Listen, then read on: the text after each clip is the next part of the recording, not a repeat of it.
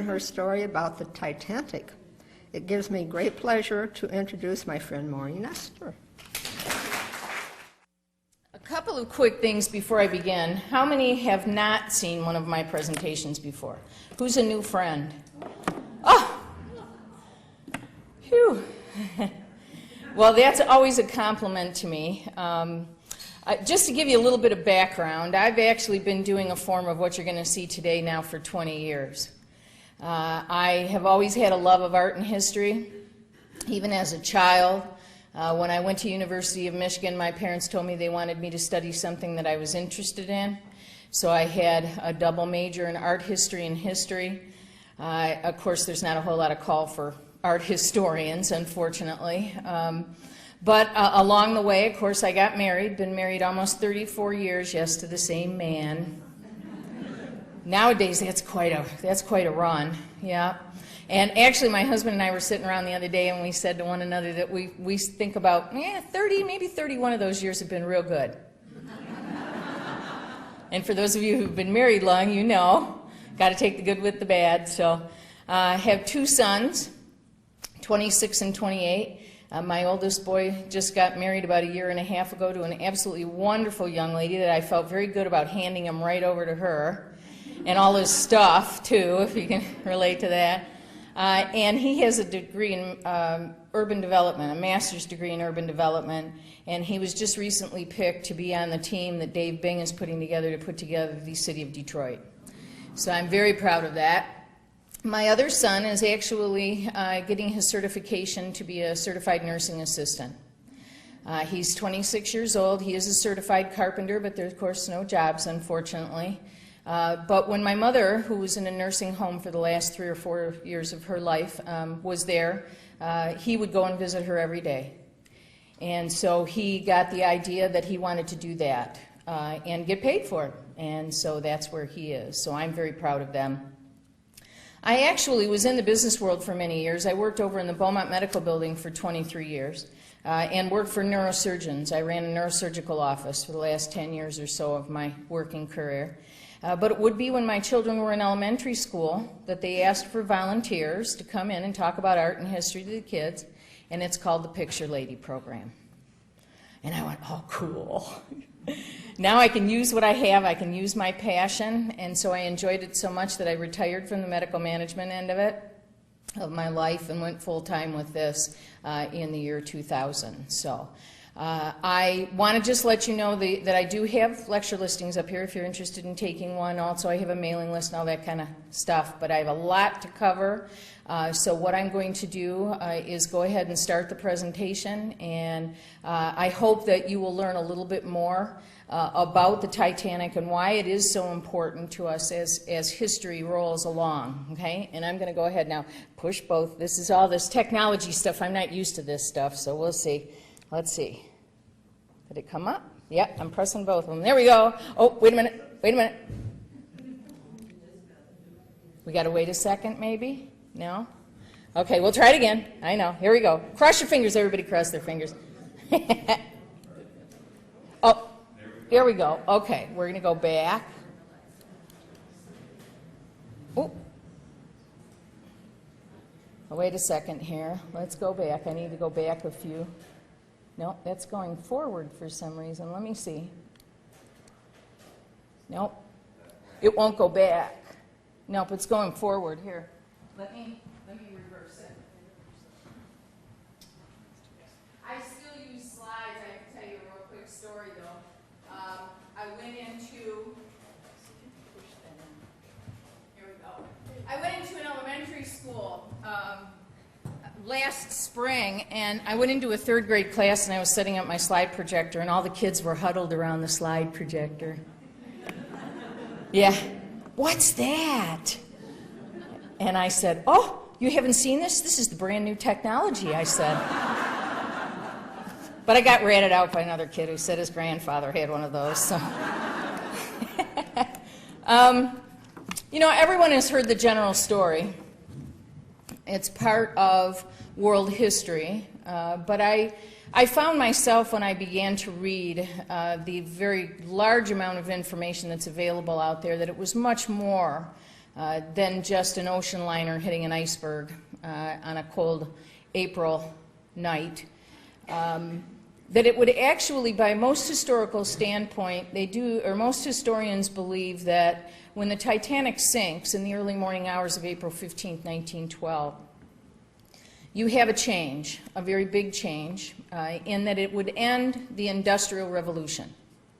That very night, the whole atmosphere of things would change on many, many different levels.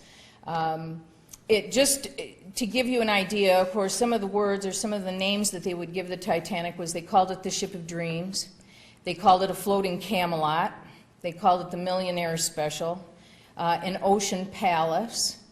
It was 882.5 feet long, 92.5 feet wide, 11 stories high. It was the largest moving object in the world at the time, and it cost $7,500,000 to build, which 100 years ago was a tremendous amount of money. Now, just for your information, though, the Titanic was not at capacity on the night of the sinking. It actually, between crew and passengers, could hold over 3,500 people. So, in a way, they were, quote, lucky that it was not at full capacity, because there would have been a much larger death toll, of course, for the time. Now, this is a photograph of King Edward VII of England. The time period that the Titanic is built and sails is what's known as the Edwardian time period. Even though he would die in 1910, the whole ushering in of a new era that bears his name would extend right up until the First World War. It's a time of opulence. It's a time of excess. There is no great war being waged, which means there's a tremendous amount of money floating around. And everything is built bigger and better, and more money is poured into everything. And this man sets the standard. Now, he's Queen Victoria's son.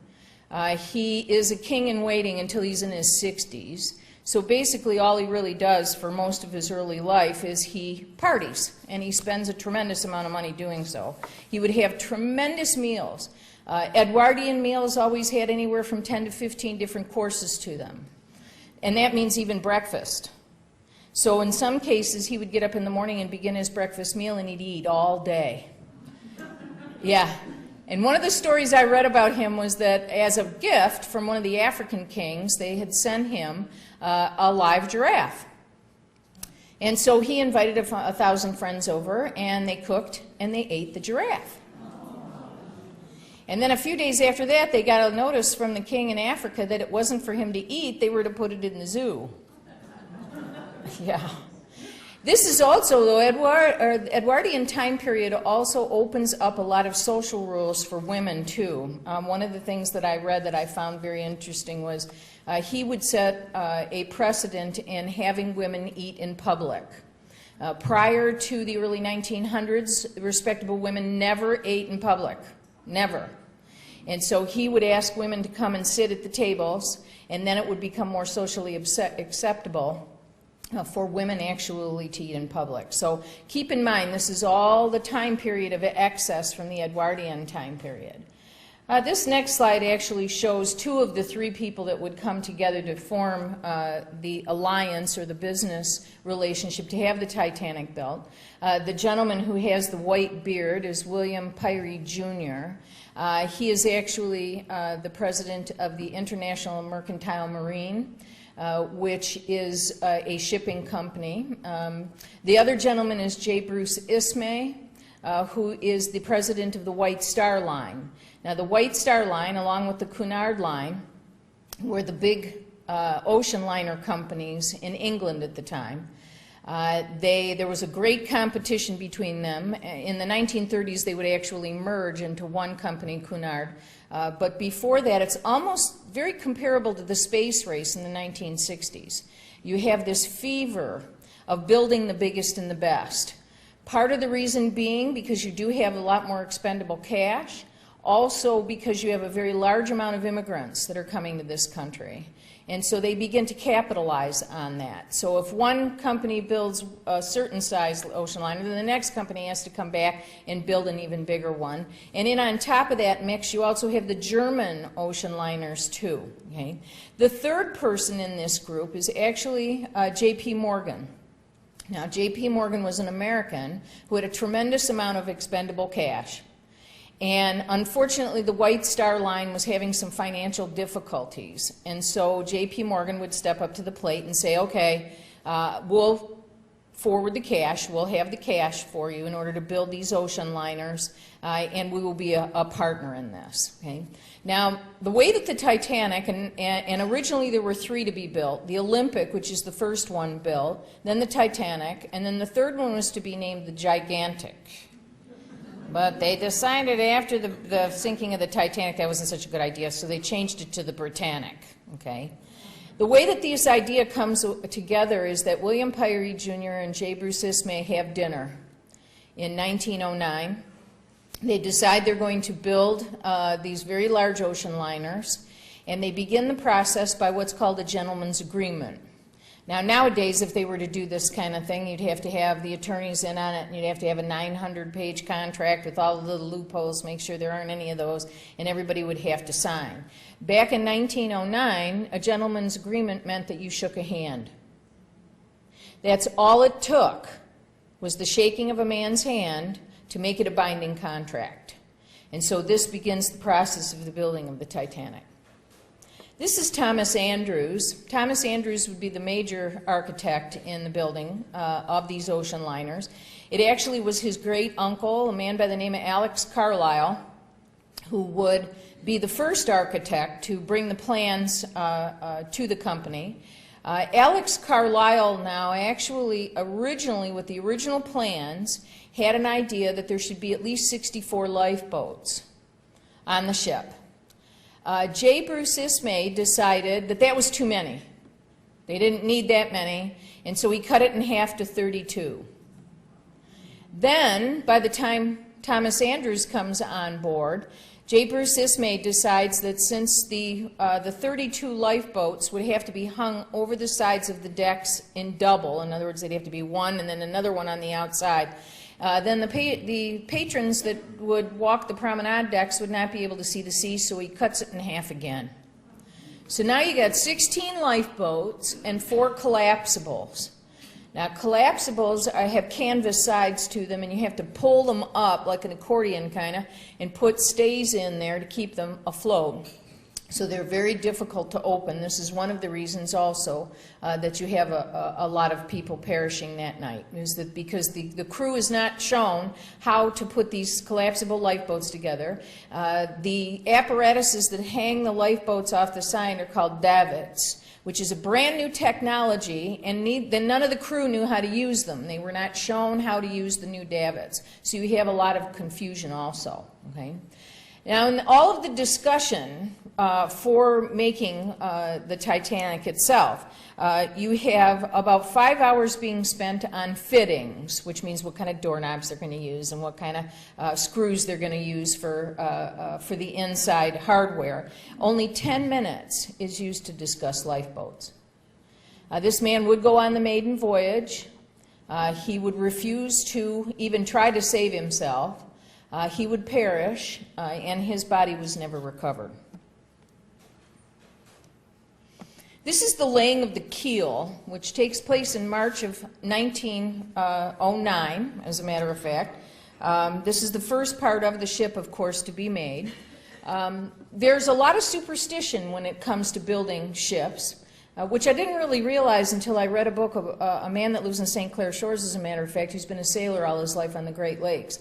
There are certain things that need to be done, certain ceremonial things, and unfortunately, because of all of the hurry up, we got to get this done attitude, they would not even christen the boat. The boat wasn't even christened, and there were a lot of sailors who were saying, oh no, that's a big mistake. You got to follow this suspicious protocol, or else something disastrous is going to happen. Okay? At the same time, in March of 1909, you have a great big huge iceberg break off from the North Atlantic ice shelf. And it's the one that eventually the Titanic would collide with. And as all of us know, icebergs are only 20% above the water. Most of the iceberg is below, which is where the Titanic would take most of its injury, would be underneath the water itself. Okay? Now, you do have thousands of these that break off the ice shelf. It does take a good 2, sometimes 3 years for them to come down into the shipping lines. But by then you do have between 200 and 400 icebergs floating around in the North Atlantic at that point. It was gigantic. Everything that was made, which it's built, by the way, in Belfast at Harland and Wolff Shipbuilders, they had to modify the slips. In other words, they had, because they were so large, they could only build 2 in the space that normally they could build 3. The people who actually lived in Belfast said that sometimes when they brought these things from the foundries to assemble them on the ship, that everyone felt that they were Lilliputians, such as Gulliver's Travels, and that they felt very small up against all of these huge pieces. There would be 29 boilers. To give you an idea of size, if you'll notice, there's a man standing right here. Yep. There are 100 stokers, what are called stokers. Those were the men who actually stoked the furnaces with the coal to keep the steam, of course, going, to keep the electricity and all going. When they did hit the iceberg, okay, these men were told that they needed to stoke those furnaces as long as they possibly could to keep the lights on, so that people could see, obviously, in the night. Every single one of these men stayed at their post. They never tried to get into a lifeboat. They all went down with the ship, and none of their bodies were recovered.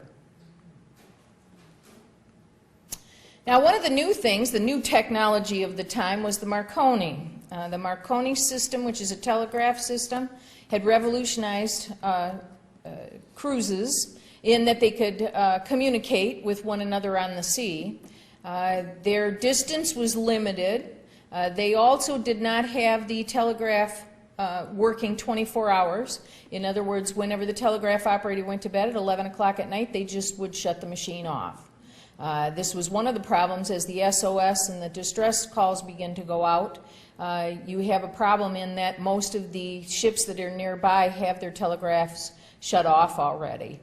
These 2 young men, Harold Bride and Jack Phillips, are employed by the Marconi Company. They're not part of the crew itself, but they are to run the telegraph itself. They're 21 and 23, respectively. Jack Phillips, who is the older, actually had a couple of years' experience. Harold Bride, this was his first trip. And they were very busy, because everyone who came on the Titanic wanted to make sure that everyone at home knew they were on the Titanic, and so all they did was send personal messages the whole time. Okay? Now, Harold Bride, which is actually the young man closest to me, he would survive the sinking. He would end up actually having to balance on an overturned collapsible lifeboat for 5.5 hours up to his ankles in freezing water. And they had to amputate most of his toes because of it. Jack Phillips would go down with the ship. He would resurface, but by the time they got to his body, he had already perished. Now, the officers themselves, I'm going to give you all their names here, because I think that's very important. I'm going to start up here in this corner and work, okay? So we have Chief Purser Herbert McElroy, Second Officer Charles Lightoller, Third Officer Herbert Pittman, Fourth Officer Joseph Boxhall, Fifth Officer Harold Lowe. Then down here in the front is Sixth Officer James Moody, Chief Officer Henry Wild, Captain Smith, who's known as the Millionaire's Captain, by the way, and First Officer William Murdoch. Now, Captain Smith had actually been a sea captain for over 40 years. He was in his 60s. He was very highly respected. If you interviewed him, though, he said he never had any collisions, but the truth be told, he actually had two. One time when he actually ran a ship aground, and another where he had a collision with the Olympic, in the Olympic. He made $6,000 a year. He was also told that if he came into New York City in record time, he would get a $1,000 bonus. So there are people who believe that he was pressing this speed so that indeed they would break a speed record on the Atlantic. Okay? Now, the gentleman who is actually sitting on this side of Captain Smith was his chief officer. Now, his chief officer, Henry Wild, and Captain Smith had already taken the Olympic, that first of those 3 ships to be built, across on its maiden voyage and back. So because a lot of the, or all of the other officers were not familiar with maneuvering such a large ship, Captain Smith insisted that he bring his chief officer with him. And because of that, that knocked everybody else down the ladder, okay? So the first officer becomes second officer and so on, okay? Just for your information, the only officers that would survive would be, and we'll start here, Charles Lightoller, Herbert Pittman, Joseph Boxall, and Harold Lowe would be the only 4 that would survive. The rest of them perished with the ship, even Captain Smith going down with his ship, and none of their bodies were recovered.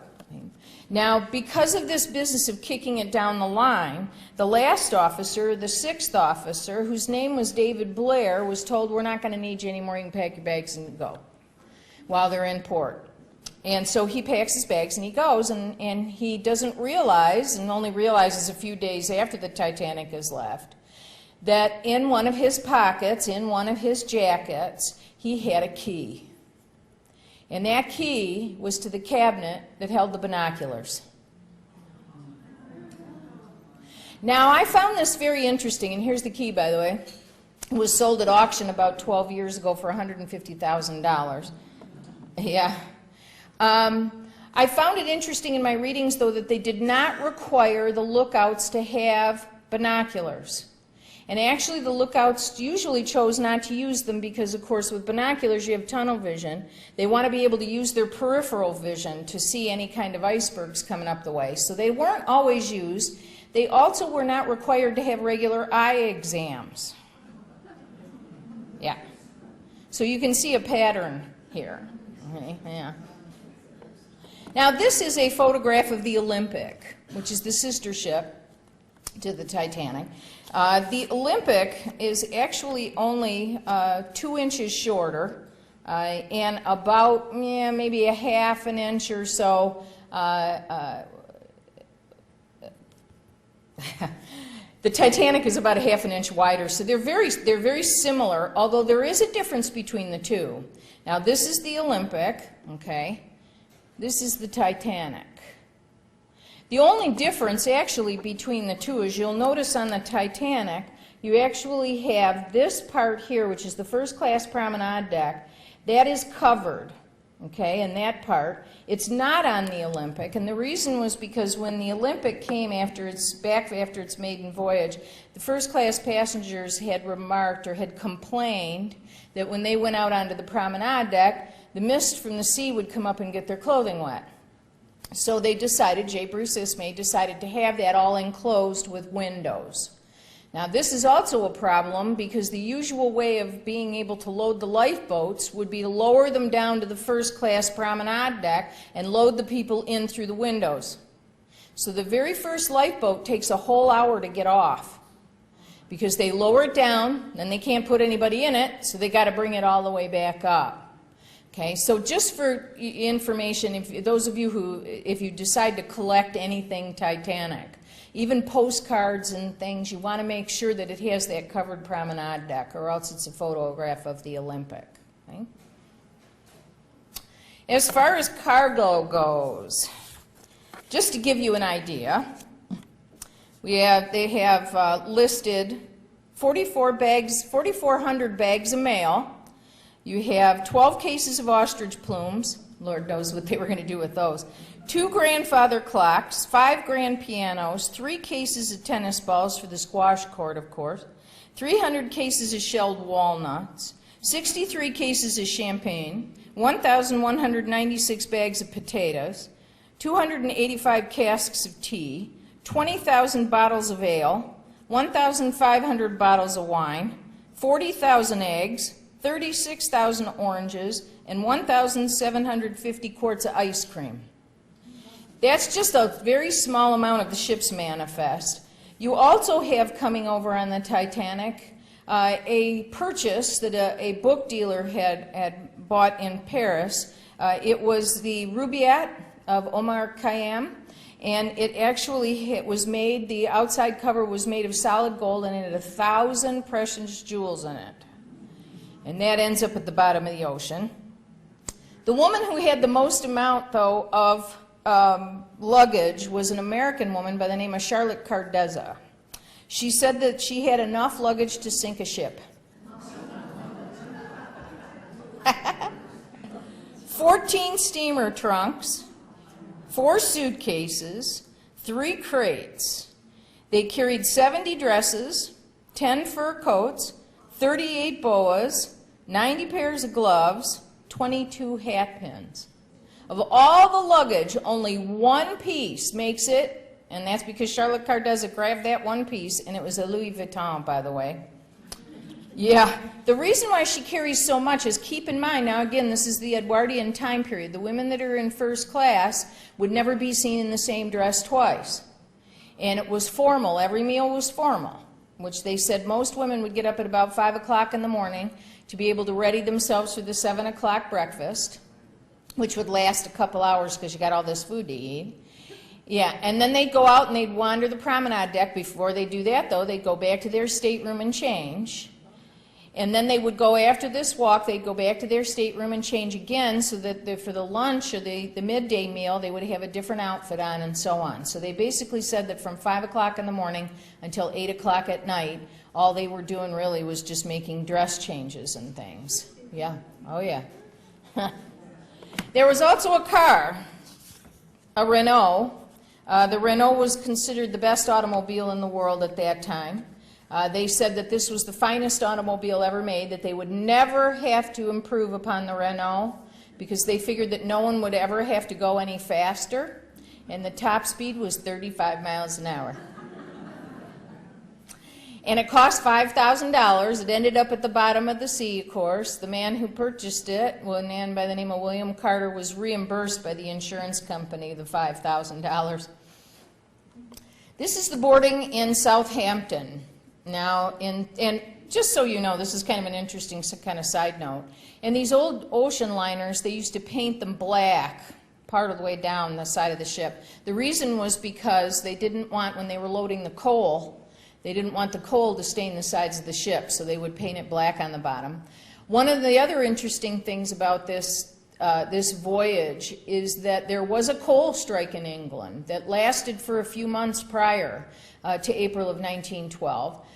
It was resolved only about a week or so, 10 days before the Titanic was to sail. So they didn't have any fresh coal. So what they did was took all the coal from all the other ships in dock, such as the Olympic that came back from its maiden voyage, and they put it all on the Titanic. Well, with coal, if it's not seasoned, if it's not dry, it internally combusts.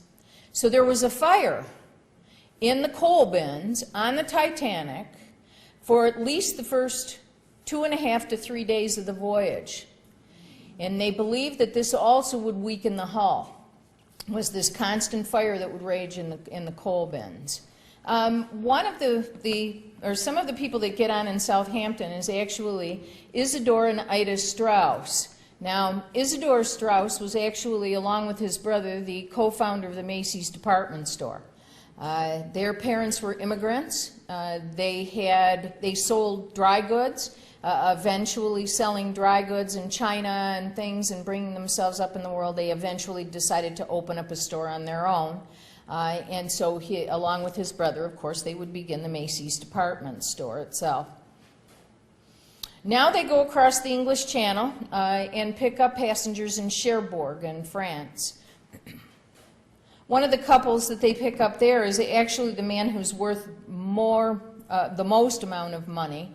John Jacob Astor and his new wife Madeline would board. This is the Waldorf Astoria, by the way, in New York City, which the Astor family owned. He was worth $300 million, which 100 years ago would be like being worth what Mr. Zuckerberg is. I think they said the other day he's $17 billion. For those of you who don't know who he is, he's the guy who brought us that wonderful thing, Facebook. Okay? Hugely wealthy. Now, the reason why he and his new wife are actually in Europe was because their marriage caused a real storm. Mr. Astor had been married before. He divorced his wife. He's 42 years old, and Madeline's 19. Madeline's newly pregnant. She's about 4 or 5 months pregnant. They decide to come back to America because they want the child born here in America. Okay? So that's why they shoot over to Europe, is to get away from all the social papers and things. Another person who gets on in Cherbourg is an artist by the name of Francis Millet. Francis Millet was an American artist, very well known, studied in Paris and all. He's coming back to the United States for a show that was supposed to be in New York City. Just for your information, this original painting begins our collection here in the Detroit Institute of Arts in 1886. And so the Francis Millet, the same artist, would indefinitely board the Titanic in Cherbourg. He was last seen playing cards in the smoking room with a number of other gentlemen. They decided to stop when their drinks started rolling off the tables because of the tilt of the boat. He did not try to get in a lifeboat. He perished that night, and his body was never recovered. And of course, good old Molly Brown. Boy, what a character. I was really quite impressed with her story. This, of course, is the movie that Debbie Reynolds would do back in the 1960s. It would also be a very much of a hit play on Broadway with Terry Grimes for many years. Molly Brown is actually a daughter of Irish immigrants, very poor Irish immigrants. She has a brother who decides he's going to go and move out to Denver to work in the silver mines.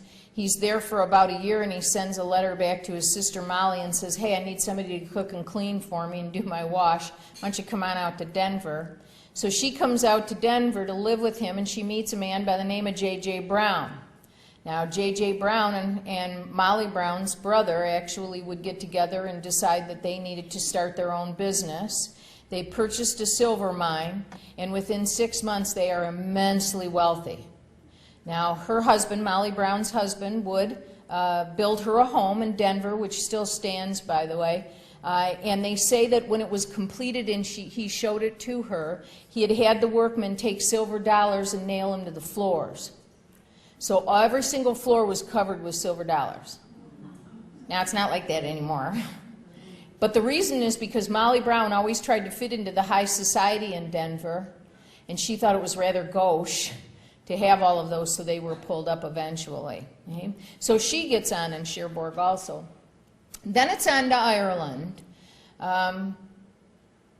Queenstown, Ireland would be a place where a lot of the Irish immigrants would see their last, or have their last thoughts about Ireland itself. This is the dock, by the way, keeping in mind that they can't, in both Cherbourg and in Ireland, they can't bring the ship right up to the docks because the docks aren't big enough, so they have to anchor them and bring them out by tugboat. Okay?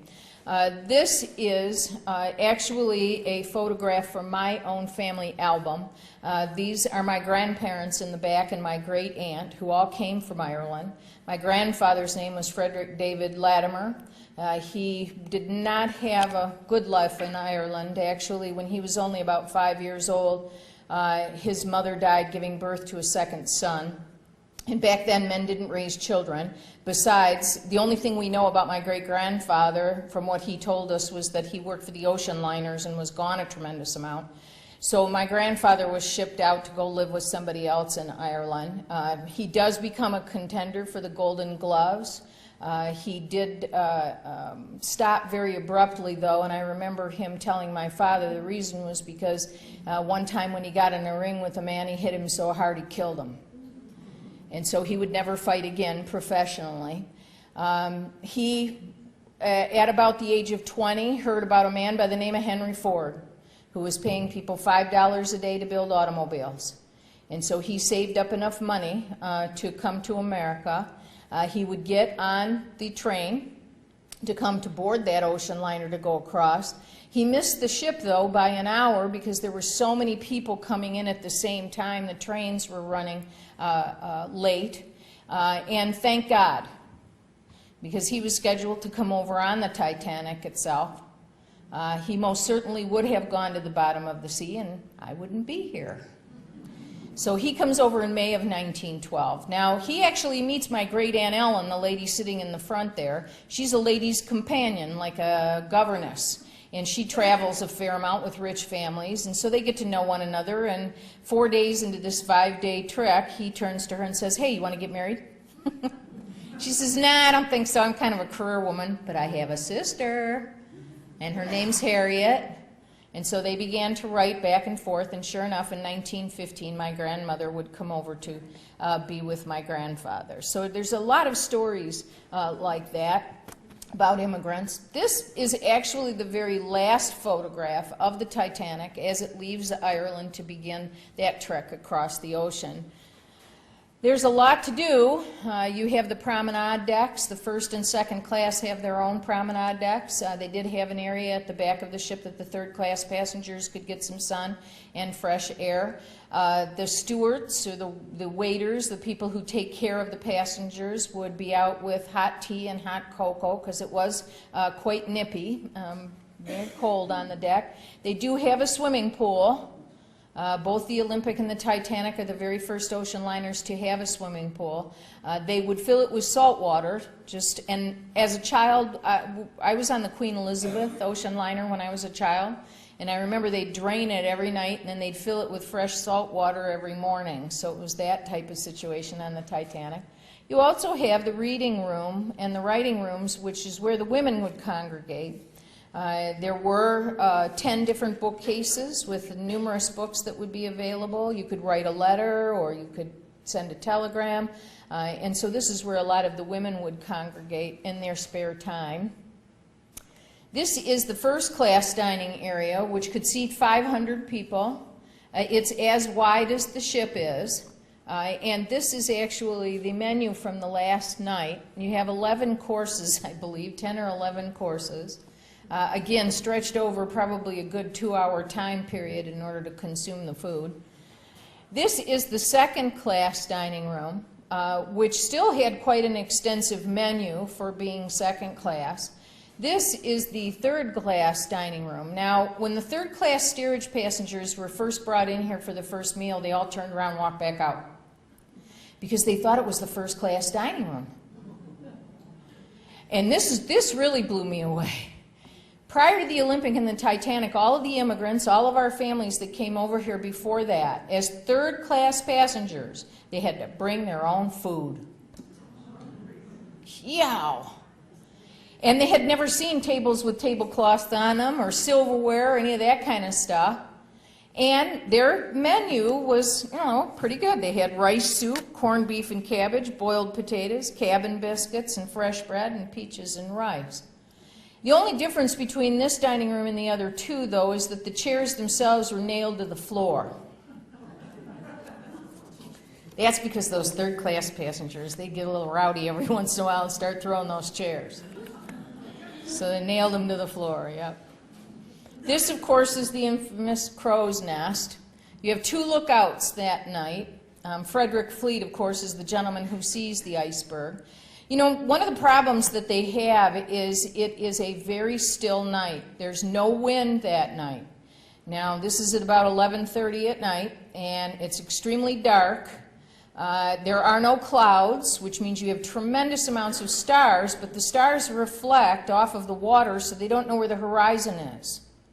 You also have a problem in seeing icebergs when it's real calm like that because the waves don't lap up along the sides.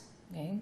Also, the berg that they would hit was called the Black Berg, which meant somewhere on that trek that iceberg would take, it actually flips. so that the side that's very smooth, that's been under the water, is now on top of the water, so you don't have any jagged edges to see any kind of light bounce off of it. So all these things contribute. Plus they're going at about 21 knots. Now their top speed is 23 knots, which means they're really plowing through this ice field. The captain would actually be given numerous, approximately 9 different warnings that had come in from other ships who had just come through this ice field, and he blew every single one of them off. Puts them in his pocket, gives one to J. Bruce Ismay. J. Bruce Ismay reads it. Somebody asks him what he's reading, and he says, well, there's a lot of ice, and they say, well, shouldn't you be worried about that? Oh, no, we're in the Titanic. We don't have to worry about that. Part of the reason why they don't worry about it is because they built it with what they said were watertight compartments, where they felt if they hit something, they could close doors, these big steel doors, that would stop the water from coming in. Well, unfortunately, they didn't think that all the way through, and they didn't put tops on them. It's like filling up an ice cube tray. Boom, boom, boom. Okay? So all these things all come into play. Now, Frederick Fleet would see the berg. He would ring the bell 3 times, pick up the telephone, the listening apparatus that connects them right to the bridge. William Murdoch would pick up the bridge phone. Frederick Fleet would say, iceberg dead ahead. William Murdoch would give the order, hardest starboard. Okay? Now, first of all, they say that if they would have not tried to turn the ship, because obviously trying to turn that great big huge ship, it's not going to turn on a dime, takes forever. That was one of the problems. If they would have hit the berg straight on, it probably would have stayed afloat long enough for them to be able to get everybody off. Okay? They also say, too, that the new reciprocating engines actually made the propellers turn the opposite direction. So he should have, when he said hardest starboard, it wasn't the right way. So indeed, they shear the iceberg. They believe it's about a 300-foot gash. They also say that part of the problem that they believe was when they built the ship, they used inferior rivets. The shale in the rivets was not really strong. So instead of it piercing the side of the ship, what happens is those rivets buckle, boom, and they open. And this is when the water begins to pour in, right? Is because of the inferior rivets. This is the first distress signal to go out. It actually goes out at 11:23, I believe. Yeah, 11:25 here. This is the very first time that the SOS is used. Okay? Just for your information, SOS does not mean save our souls or save our ship. It's actually a code. Morse code itself, when you do the SOS, it sounds like dit, dit, dit, dot, dot, dot, dit, dit, dit. It's very abrasive to the ear. This is why it's used. Okay? And it's, again, the very first time that it's used. So they begin to send out SOSs within, they believe, within 5 minutes of actually hitting the berg. At this point, Captain Smith and Thomas Andrews and the chief engineer have gone down and surmised the damage. Thomas Andrews is asked what he thinks, how long he thinks this is going to be. And Thomas Andrews says you have an hour and a half. You need to get everybody off of the ship because it's going to go to the bottom. Most of the officers say that unfortunately at this point, Captain Smith froze. He didn't say anything for a couple of minutes, and they finally said, okay, what do you want us to do? And he gives the order to begin to fill the lifeboats with women and children first. That first lifeboat that would actually go down and then have to come back up, would take almost an hour to get into the water, actually has Madeline Astor. Now, this is John Jacob Astor and Madeline, of course, that nice little wife he's got that's 5 months pregnant, and their dog, which was an Airedale, by the way, called Kitty. Yeah, I love that. And Madeline, of course, they put Madeline into the lifeboat. John Jacob Astor asks if he can get in the boat, and the officers say, no, it's got to be women and children. And she becomes hysterical. And so John Jacob Astor takes her hand and says, don't worry, Madeline, I'll get into another boat. You just go along, and everything will be fine. And she said the last time that she saw him was standing way up on the promenade deck, And Kitty was next to him. Now, a lot of historians believe that John Jacob Astor, the minute that they started this business of getting, after they got her in the boat itself, he went down to the kennels and he opened up the kennels so that all the dogs, there were 9 dogs on the Titanic, by the way, only 2 of which survived. And so she would see him standing next to Kitty on the promenade deck. And of course, John Jacob Astor and the dog would not survive. John Jacob Astor actually was in the water, and during the sinking, one of the funnels breaks loose, and unfortunately would crash into the water where he was.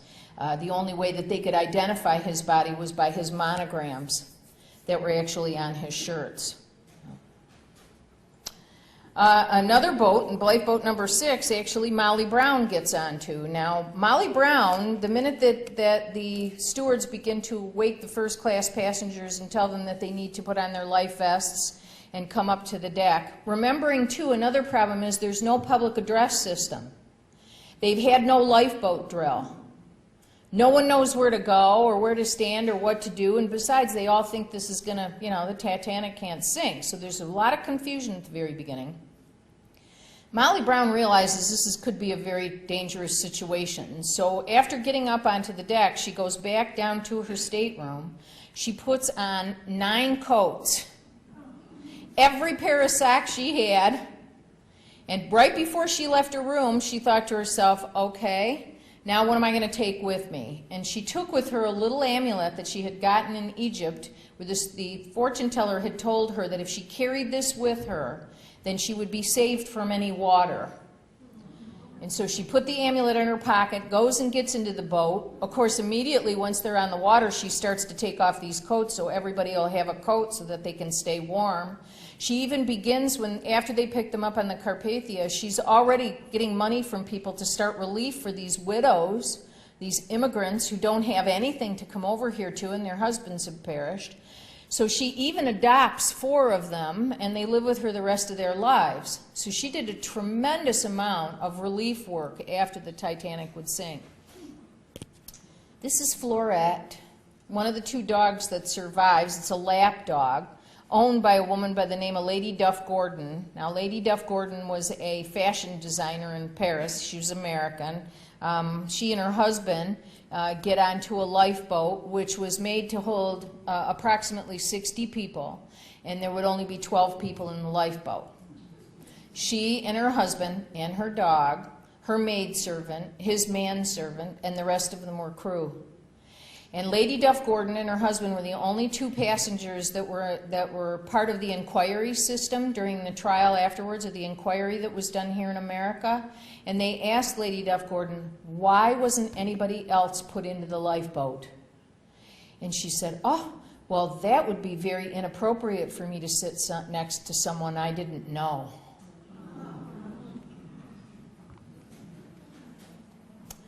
They tell the lifeboats, the minute they get in the water, you better row as far away as you can, because they're figuring there's going to be a great big amount of suction.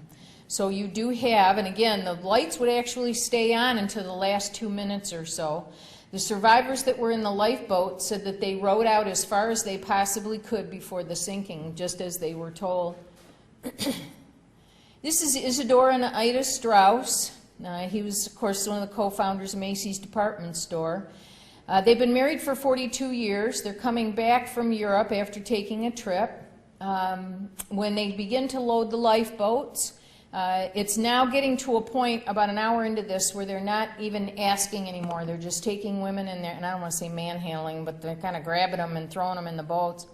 So they get Ida into a boat, and a bunch of people standing around are going, hey, let him in the boat with her. Let him in the boat. He's an elderly man. He needs to get in the boat. And he says, no, I won't get into the boat. It's only women and children. And the minute he says that, she jumps out of that lifeboat. She stands next to her husband and says, wherever you go, I go. I'm not going anywhere. I'm not getting in that boat. And the last time that they were seen was holding hands, sitting on deck chairs as the water began to spill up around them. They both perish. They only found his body. But her body was never recovered. Now, the baby in the arms here is actually a woman by the name of Milavina Dean. Milavina Dean was 10 months old on the Titanic. She was actually the last survivor to pass away, which was about 2.5 years ago. She said, of course, she doesn't remember anything, but her mother, who was very closed-mouthed for a long time, would begin to open up prior to her passing. She did have an older brother by the name of, they called him B.V. Dean, who also told her of the sinking. She was known, by the way, as the Titanic baby. This is the Goldsmith family. Now, the parents, actually the child that she has on her lap perished before they came over to this country, so it was just going to be him and his wife and his son, Frankie down here, who's like little Lord Fauntleroy there. They are going to come over to America again because they've heard of Henry Ford, and the father is an engineer. She gets into a lifeboat with Frankie, her son. Her husband, of course, does not get into a lifeboat. He does perish. They never find his body. But Frankie Goldsmith and his mother would live in the Detroit area for the rest of his life. Now, as far as the crew is concerned, they are helping out as much as they can. This is actually the chief steward of the Titanic, and his name was Andrew Latimer. This man was my great-grandfather. And you know what's interesting is that if my father would have ended up on the ship, they probably wouldn't have even known one another. They both would have been on the same ship at the same time if he would have boarded on it. A couple of stories come down to us about him. He did have a life jacket, which he gave up to a passenger, and when she said, "Oh, no, I don't want it," he said, "Ma'am, I'm not going to need it. All I ask is that you pray for us." And that he would try to help people into the lifeboats. He was a very honorable man, from what I know, and worked for the ocean liners his whole life. This, of course, is the grand staircase that most of us are familiar with because of the movies and things. One of the stories that comes down to us is that you have over 100 young boys between the age of 10 and 14 who are actually page boys and lift boys and things, and they took them all when the sinking started, and they took them all and they put them in this one room, and they said, "Okay, now wait here until somebody comes to get you." Well, nobody came to get them, so after a while they went, "Well, we're not going to stay here," so they all congregate at the base of the grand staircase. And they were telling jokes and smoking cigarettes and all that kind of fun stuff they weren't supposed to be doing. Not one of them tries to get into a lifeboat. And every single one of them would go down with the Titanic, and none of their bodies were ever recovered.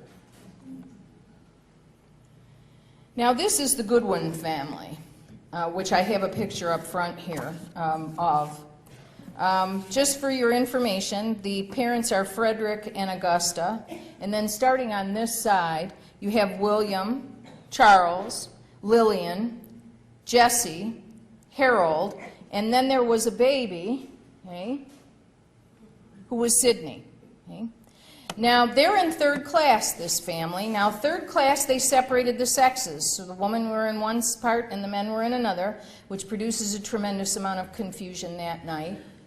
Unfortunately, all of them would go down with the ship, and they would only find one of the children's bodies. And this is pretty much the whole story with third class. You have very few of the passengers from third class who are making it through the sinking. These are the musicians. Wallace Hartley, who was the bandmaster, he's in the middle. And then starting up at the top clockwise, you have Percy Taylor, Theodore Brayley, George Woodward, Jacques Hume, George Crins, and Fred Clark. Now, they're brought together to play over 300 different pieces of music they have to have in their memory banks. Just so you know, they actually had to learn them by number. In other words, somebody would call out, "Do number 52," and they'd do that. Now, this is where you get the term musical number from. Okay? On the night of the sinking, they were asked by the captain to play soothing music to try to keep people calm. As things went by, they switched to hymns, religious pieces. The last time that they are seen is on the deck. They do not leave their posts. And the last time they were seen was the water was lapping up around their ankles as the boat begins to sink. All of them perished that night. Only 2 of their bodies were recovered, Wallace Hartley, the bandmaster. And they said when they found his body, his violin was in its case strapped to his chest. And just for your information, by the way, his funeral was the largest of all the Titanic funerals. Over 40,000 people came to his funeral in Southampton. Jacques Hume was the other body that was found, and very unfortunately, now keep in mind, in order to get this job, they had to pay dues into like a union. One of the things that the dues paid for was their uniforms. Well, Jacques Hume didn't pay his dues. So 3 weeks after the sinking of the Titanic, this company sends his family a bill. This is the third-class stairway. Now, the survivors, one of the stories that comes to us is that they, as the boat begins to sink, of course, by the bow, it's beginning to go down, the end begins to come, or the back of the ship starts to come out of the water. They said at that very moment, it looked like someone had opened a beehive. All of a sudden, you get this great push of humanity onto the decks. What is believed is that the stewards were told that they needed to keep the third-class passengers down in the bottom part of the ship until all the other passengers were away in lifeboats. It's called the Little Hitler syndrome. And at the very last minute, they break through that, but by now there's no lifeboats.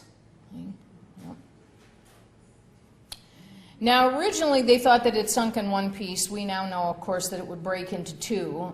Part of the reason, of course, is because as the back begins to pull out of the water, you have those massive boilers that break loose, and then you get this lurch to the bottom, and the ship breaks into piece, and then the end comes all the way up, not quite all the way up straight like in the movie. It's about 45-degree angle or so.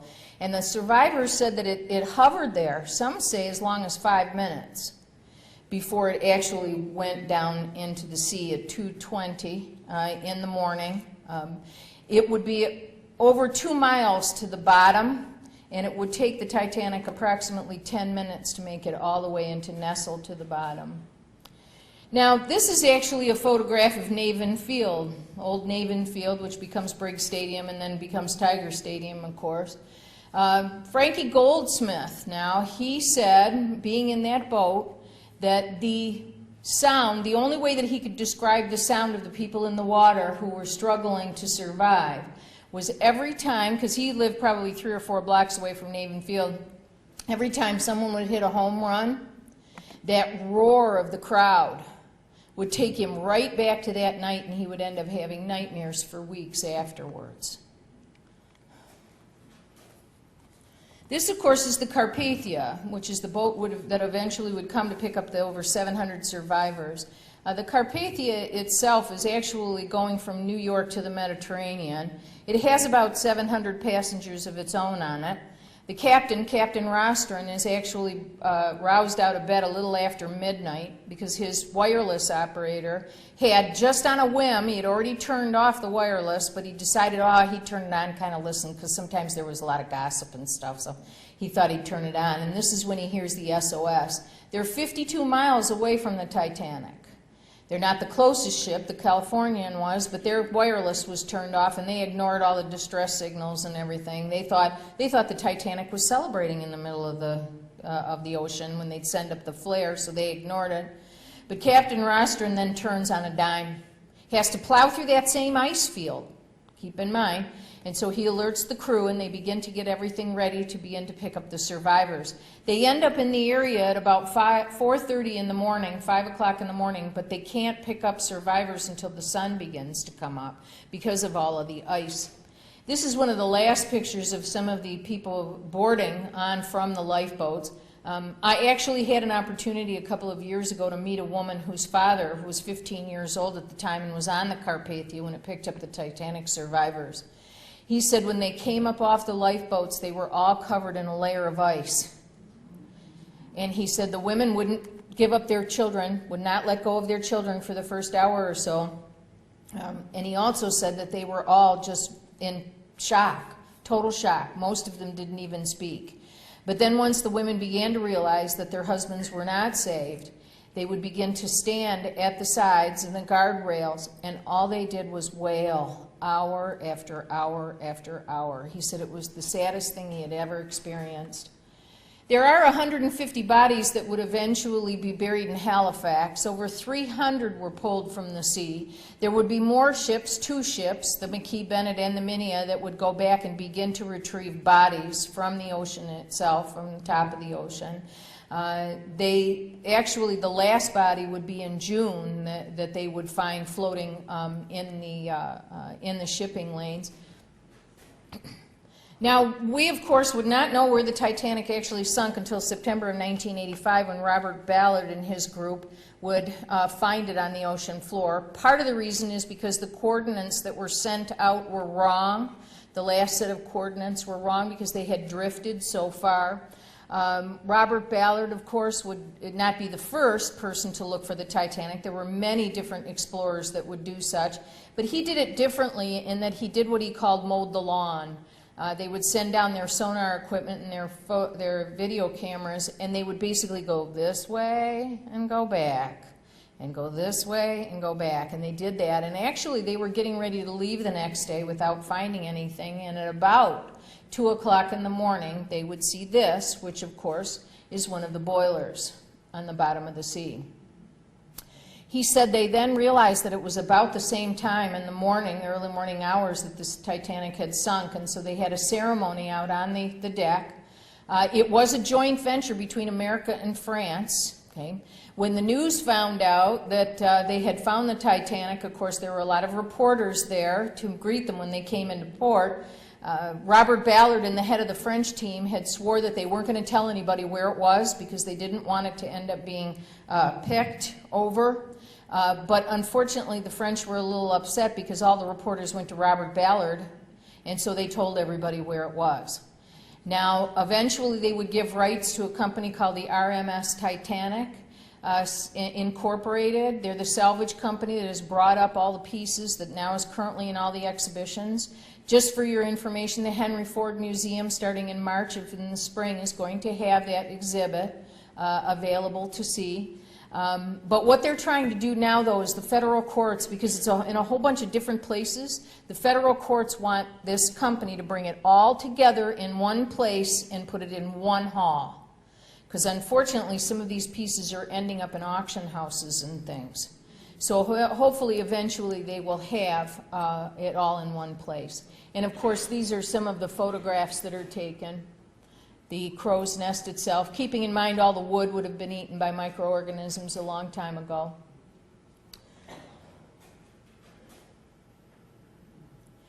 The cabinets obviously were made of wood. They settle on the ground or on the floor, the ocean floor, and are eaten, unfortunately. So this is why all of these are all in place. Robert Ballard actually went back a couple more times. The second time they went, they took a submersible so they could go down and see the Titanic for themselves. It's a 2.5 hours to get all the way from the top down to the bottom. They got there. They were there for 2 minutes, and their battery light kept going off, so they had to go all the way back up again. Yeah, so some of these photographs are taken during that time. Leather itself, which is tanned, would not have been touched by the microorganisms, so you still have boots and things. And of course, most people believe that these are the way that the bodies would fall onto the ocean floor itself. This is the captain's quarters. And it is deteriorating at a very rapid rate. What are called rusticles are eating it quite quickly. Now, the very first movie, actually, was brought out in May of 1912. One of the woman here in the middle here, she was actually on the Titanic itself, and so they would do a silent movie called Saved from the Titanic, and she would wear the same dress she wore that night. Then you have numerous other movies being made, including the one in the 1950s called A Night to Remember. If you are interested in watching a historically correct movie, this is the one I'm going to recommend. This one follows what was known at the time. Okay? And then, of course, you have the blockbuster that just came out a few years ago, which, by the way, James Cameron is thinking about, or is actually going to re-release this movie, only it's going to be in 3D. Now, I don't know about you, but I don't want to sink with these people. I think we need to have an emotional distance from that. But of course, James Cameron owns all of the copyrights to all of the 3Ds, so that's just going to make him, I guess, more money. And this last photograph actually shows the last photo, or one of the last photographs of the Titanic, and then the way that it is on the floor of the ocean. Over 1,500 people would die that night. Things would change very drastically in that now we have tremendous rules and regulations. The International Ice Patrol would also come into being. And our cruise ships, of course, are made much better than they were back then. But it really does wake us up. You know, every once in a while, unfortunately, us humans, we get roaring in one direction too fast, and we always are brought back. The Challenger explosion 26 years ago would be another example of that. So as far as information is concerned, there's a tremendous amount. I have brought some of my books up here if you would like to take a look at them. I also might mention to you, I have a book up here that's actually signed by 6 of the survivors, if you would like to see that, and the period pieces also. And I just want to end by saying that I am always so honored to come, that it is great to be in the company of women of great substance. And thank you for your time today.